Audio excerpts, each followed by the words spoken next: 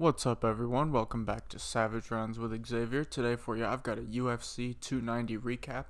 This was a ridiculous card, one of the best cards of the year so far. Halfway through the year, best card of the year so far.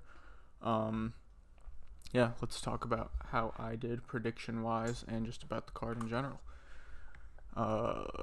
Pick wise, I went 8-5, so it's better than the past couple weeks. We had 2 weeks where I went 500, completely even. It was like 6-6 both weeks or something. One of them had a no contest, but we go 8-5. Still, definitely could have done a little bit better. The Drick S1 was there to be had, and the Robbie Lawler one probably as well. Crute, I read wrong. Haregi, I still think she's the better fighter, and she's gotten chinned a few times in previous fights where she got dropped, but was able to come back. I thought if she got touched, it definitely wouldn't be that quick, and I thought she'd be able to get back into it. We got Pantoja right. That was a good prediction on the underdog, and one of the fights of the year. That fight was absolutely ridiculous. But yeah, starting off the night, Ribovics versus Kirk. Kirk had a good first round. He did well with the grappling. That's where he needed it to be. And he comes out in the second round, can't really get the takedowns anymore. And Ribovic starts to do work on the feet. He ends up hurting him at some point and does well in the third round as well to get the decision. Aguilar, one of the knockout contenders of the year. It was sick. It won't be a knockout that wins it, but just how violent and quick it was, it'll be up there as a contender, I'd think. Around the 15 to 25 second mark, somewhere in there, Aguilar moves forward, throws a huge overhand, and puts Ross to sleep. He's gone to sleep 3 times in a row now. It's not looking good. He has 0 wins in anything associated with the UFC, including Contender Series. Cameron Simon versus Terrence Mitchell. Simon comes out and he did what he needed to do. Finished a guy he was supposed to finish really quickly. Looked good doing it. Defended a bit of the grappling early and then got to his own work, got the ground and pound finish, and he looked really good. Vitor Petrino versus Prachnio. This fight went how I thought it would. Prachnio might look good early. That would be his best time before he starts getting bombs landed on him. But he was bouncing around, throwing the leg kicks and stuff. You know how he likes to move around the cage, throw the leg kicks, and kind of throw one shot every once in a while. Petrino was able to land big shots, get the grappling going like I thought he would. It was a really good performance from a young guy, still undefeated. If he can keep improving, he wastes a bit of energy. I mean, to be fair to him, though, his gas tank looked good overall in the fight. But sometimes during the takedowns, it looks like he wastes a bit of energy. He is just such a big, powerful guy, so it's bound to happen. But yeah, he'll keep improving, getting better. We know he's got the crazy power on the feet, and he's working the grappling clearly. So good from Petrino. Crute versus Menafield. I feel like Crute needed this win to show he can really be a top 15 guy, but he wasn't able to get it done. Really didn't look good in any part of the game. Wasn't able to get a striking going, and I mean, he ended up shooting a takedown. Couldn't get the takedowns. Going either. Menafield was doing well there, and gets locked in a guillotine at some point. Taps. Looks like he throws his gloves to the ground at some point. I'm not sure if he is going to retire. I haven't seen anything on Twitter. They didn't say anything after the fight, but that'll be interesting to see what he does next. Haregi versus Gomez. Like I said, that just did not go how I thought it was, or how I thought it would. I knew there was always a chance for Gomez to come out and land the big shot. She's got big power in her hands, and Haregi's been hurt a few times, but she's always been able to kind of power through, fight back, and get the win, look good doing it. I thought she'd be able to weather the storm early and then overwhelm Gomez throughout the 3 rounds, but she got clipped early and just could not recover from it. Really good from Gomez. That's 2 big knockouts in a row. She's looking good so far. One of the most powerful women, especially for strawweight. Yeah, Really impressive from her. Tyra versus Chirez. Another one where I'd say Chirez is a bit more dangerous than actually a lot more dangerous than Terrence Mitchell. Chirez is actually a guy I think can. There's definitely guys he can beat in the UFC and guys he can look good against. But Tyra was definitely supposed to beat him. And yeah, I mean, he faced a little bit of adversity early. He got tagged a bit in the beginning, but as soon as he started initiating the takedowns, which he was able to get quite easily, he looked great on the ground, as Tatsuro Taira did his thing, and was able to get the decision. Rounds 2 and 3, he dominated. Other than that little bit of early adversity, it was all him. Nico Price versus Robbie Lawler. There was not a better way for Robbie Lawler to go out. You can't say he looked good early because the whole fight lasted like 30 seconds or something, 45 seconds. Maybe even less, I'm not sure off the top of my head. But, man, he was looking quick early. He was looking like he wasn't afraid to step in and throw, which he never does, but just for your last fight, that's a good way to go into it. They get into a clinch situation. He's landing good uppercuts, good shots over the top. He hits him with like 2 good shots in a row, uppercut, and one right to the temple with a left hook, like still in the clinch. Puts Nico Price out cold. Robbie Lawler retires, rides off into the sunset. Great career, great way to go out. It was awesome to see. They did a really cool tribute to him in the end. He looked emotional for a bit, but then pulled it together.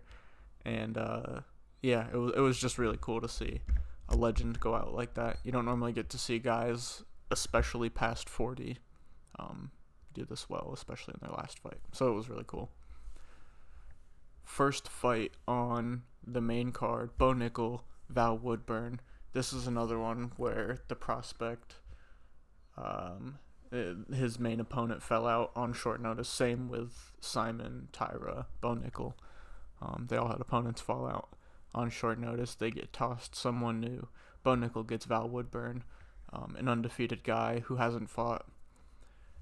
Great talent on the regional scene. It'll be interesting to see if he gets called back, but who knows.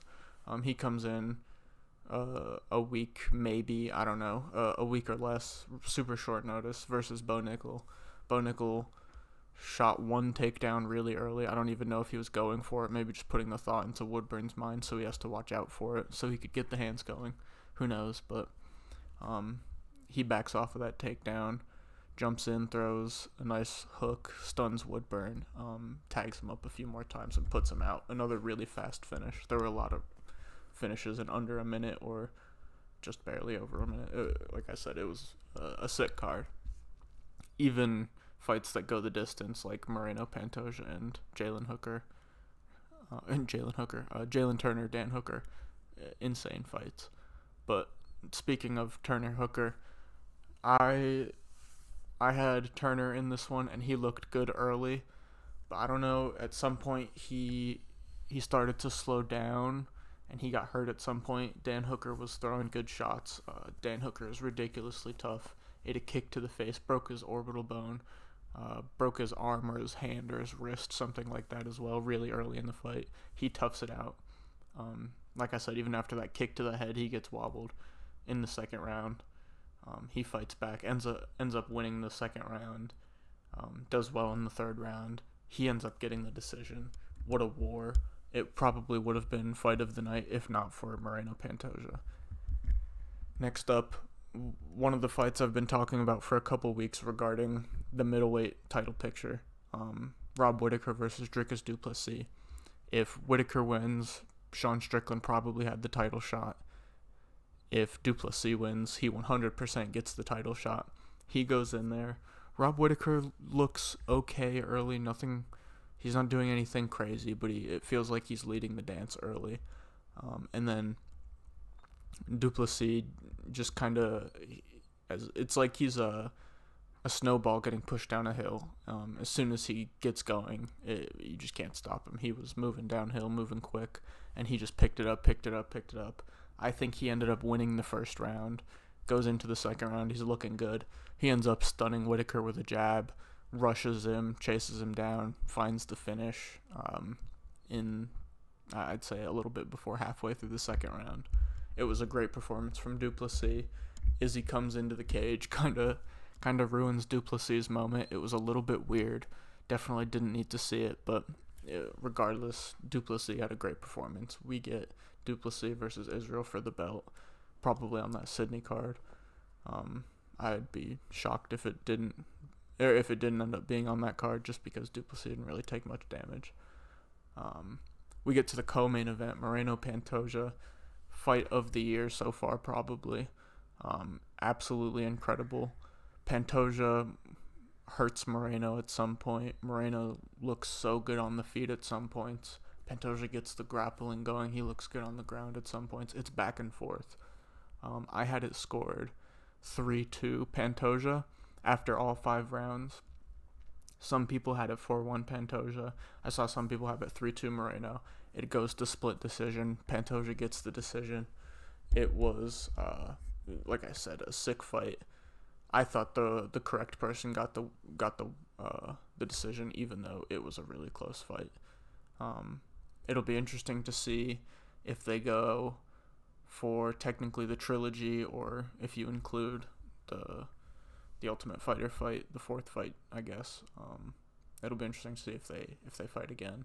I would imagine they do, but I'll talk about that in the matchups video tomorrow. I've got a lot of guys to make matchups for. I'll show that at the end of the video. But then we get into the main event, Volkanovski versus Yair Rodriguez, and Volk dominates early and dominates through the whole fight. It ends up finishing near the end of the 3rd round, and like I said, complete domination from Volk. Yair's never really able to get going on the feet. He'll throw kicks, but Volk always ends up getting in close and getting the takedown and working great ground and pound, staying heavy on top and winning rounds that way. It gets to the 3rd round, and there's a small period of like 30 seconds where Yair's unloading on Volk, and he's looking really good. And Volk kind of gets hit with a shot at the end of that little flurry, or that little good period from Yair, and he kind of like shakes his head and smiles at him. And a little bit of time passes, and he just cracks him. Definitely stuns Yair. He wobbles back. He drops down. Volk's able to get the finish. Like I said, complete domination. Really good work from Volk. It was awesome. Now let's get into my awards. Fight of the night, I believe this did win Fight of the Night for the actual awards, but it had to be this one. Brandon Moreno versus Alexander Pantoja, 2 or 3. It is actually 2. That's what they're considering it. But yeah, Fight of the Year contender, absolutely incredible, and I'm glad they got the bonus. It could have been Turner Hooker too, but I think Moreno Pantoja, just being 5 rounds and for a belt, had to be Fight of the Night. Next up, first performance of the night. I'm going Denise Gomes. She goes out there, big underdog. I saw some people picking her, and I definitely thought there was a path to victory for her, but I just didn't think she would be able to enforce her game plan. But she lands the big shot early, under 30 seconds, puts Jauregui out. Awesome from Denise Gomes. That's 2 big knockouts in a row, 2 big wins for her. Next up, Bo Nickel. Even though it was a guy he was definitely supposed to beat, opening up the main card on UFC 290. A lot of people thought he was going to come out, shoot the takedowns immediately, and try and get the submission, use the ground and pound. We haven't seen him really throw hands yet in the UFC. He shoots 1 takedown. I talked about it a little bit earlier. He shot a takedown. I don't know if it was a decoy or not, but it didn't really look like he was truly going for it. He backs off and then just gets to work on the feet, stuns Val, puts him out shortly after. Great work from Bo Nickel. We get to see the improvements in the hands. It'll be interesting to see how big of a step up they get him next. I'll talk about my opponent for him tomorrow in the matchups video. Last performance of the night bonus from me, I would go to Dricus du Plessis. It was it was great from him, especially I'd say coming. I mean, it's hard to deny. I picked Rob I thought Rob was going to just be able to dominate him. It just feels like technically the much better striker. I'd say they both do decent grappling, maybe not the best defensively on either side, so the grappling that was there offensively. But Dricus imposed his grappling in the short period where he did, and did great on the feet. Got the finish in the second round. It was all around great performance from Duplessis, and now he gets to fight Israel for the belt.